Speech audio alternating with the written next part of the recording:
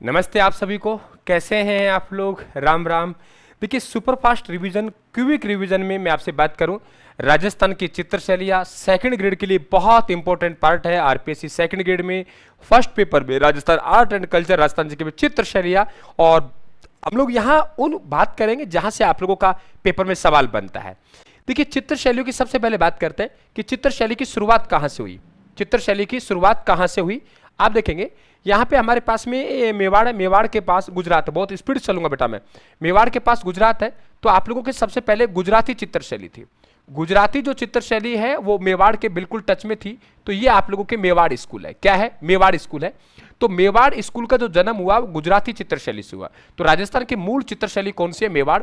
गुजराती चित्रशैली को हम अपभ्रंश शैली भी कहते हैं, और गुजराती चित्रशैली को हम पश्चिमी भारतीय चित्रशैली भी कहते हैं। तो अपभ्रंश शैली हो गई, पश्चिमी भारतीय चित्रशैली हो गई, और गुजराती शैली। यहां अधिकांश जैन चित्रकार हुए हैं, तो हमने इसको जैन शैली भी कह दी। ये मेवाड़, मेवाड़ आप लोगों का है। ये मेवाड़ की मूल स्कूल राजस्थान की मेवाड़ रही, सबसे प्राचीन स्कूल रही है। जैसे महाराणा कुंभा के समय यहाँ पे मंडन आके बस गए, ऐसे ही बहुत से चित्रकार आके बसे और जहां आके निवास करते उसे सोमपुरा कहते थे। तो फिर बात करते हैं कि इस चित्रशैली का वैज्ञानिक विभाजन किसने किया है?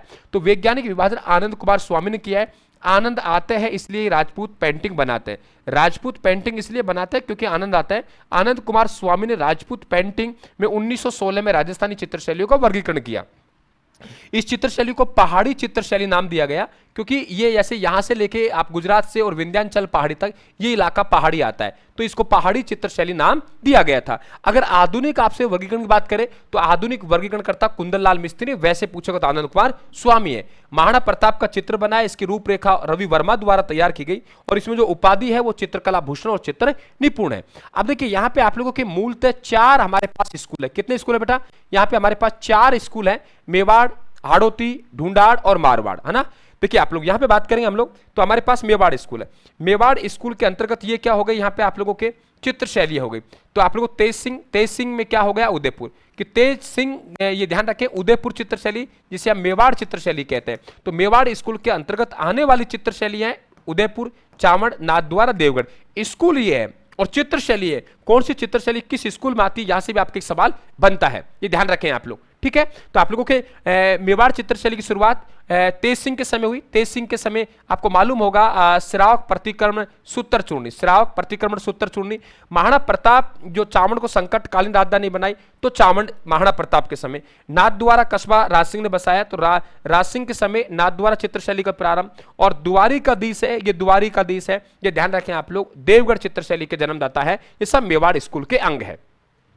मारवाड़ स्कूल की बात करें तो मारवाड़ में आप लोगों के देखो राव किशन सिंह, यानी किशनगढ़ हमारे पास चित्रशैली है। किशनगढ़ कस्बा 1609 में राव किशन सिंह ने बसाया, इसलिए किशनगढ़ चित्रशैली की शुरुआत इनके समय हुई। जोधपुर है, राव मालदेव के समय शुरू हुई। बीकानेर चित्रशैली की शुरुआत राय सिंह के समय हुई। अजमेर और नागौर ये आपके मारवाड़ स्कूल में है। इसके अलावा ढूंढाड़ स्कूल के जो चित्रशैली रही है, आमेर रही है, जयपुर रही है, अलवर रही है, उनियारा रही है। इसी प्रकार से हाड़ौती में कोटा, राम सिंह प्रथम के समय बूंदी, सुरजन सिंह के समय झालावाड़, बूंदी, दुगारी, ये आप लोगों की चित्र शैली है जो इस स्कूल के अंतर्गत आती है। अब इन्हें विशेष बात क्या क्या है जरा सुनते जाना मेरी बात को। कोटा, कोटा चित्रशैली है, वेरी इंपॉर्टेंट, कभी पूछा जाए कि कौन सी चित्रशैली को शिकारियों की चित्रशैली कहते हैं। कौन सी चित्रशैली, कौन सी चित्रशैली है, कौन सी चित्रशैलियों को हम शिकारियों की चित्रशैली कहते हैं? कौन सी चित्रशैली है उसे हम लोग क्या कहते हैं? शिकारियों की चित्रशैली कहते हैं। तो शिकारियों की जो चित्रशैली कहलाती है वो आप लोग कोटा है। और ध्यान रखें आप लोग, पशु पक्षियों की चित्रशैली क्या है? पशु पक्षियों। अगर आपसे पूछेगा पशु पक्षियों,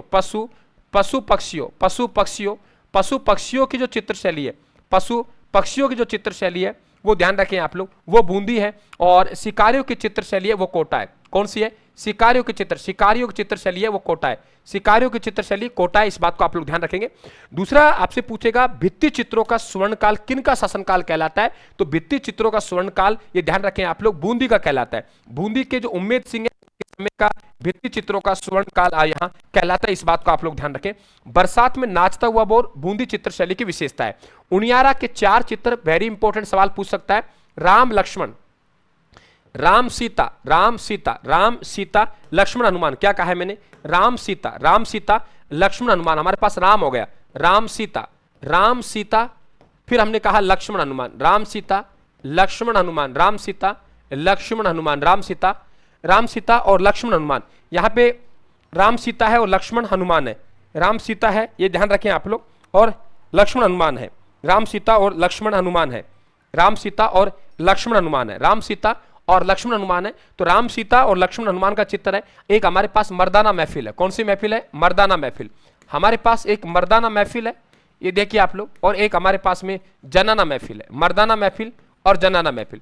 तो मर्दाना महफिल है और जनाना महफिल है, ये दोनों उनियारा, तो आप कहेंगे राम सीता है तो जनाना महफिल है और लक्ष्मण हनुमान है तो मर्दाना महफिल है। अलवर चित्र शैली है, अलवर चित्र शैली को हम लोग क्या कहते हैं, ध्यान रखें आप लोग, अलवर चित्र शैली, अलवर चित्र शैली में हम लोगों को हाथी दांत के चित्र मिलते हैं, हाथी दांत के, हाथी के मूल दांत पर चित्र मूलचंद ने बनाया।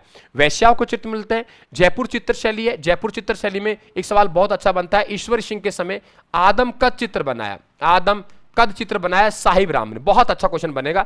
इसके अलावा आप लोगों के यहाँ पे तेज सिंह, उदयपुर की तेज सिंह है, आप लोगों के ध्यान रखें।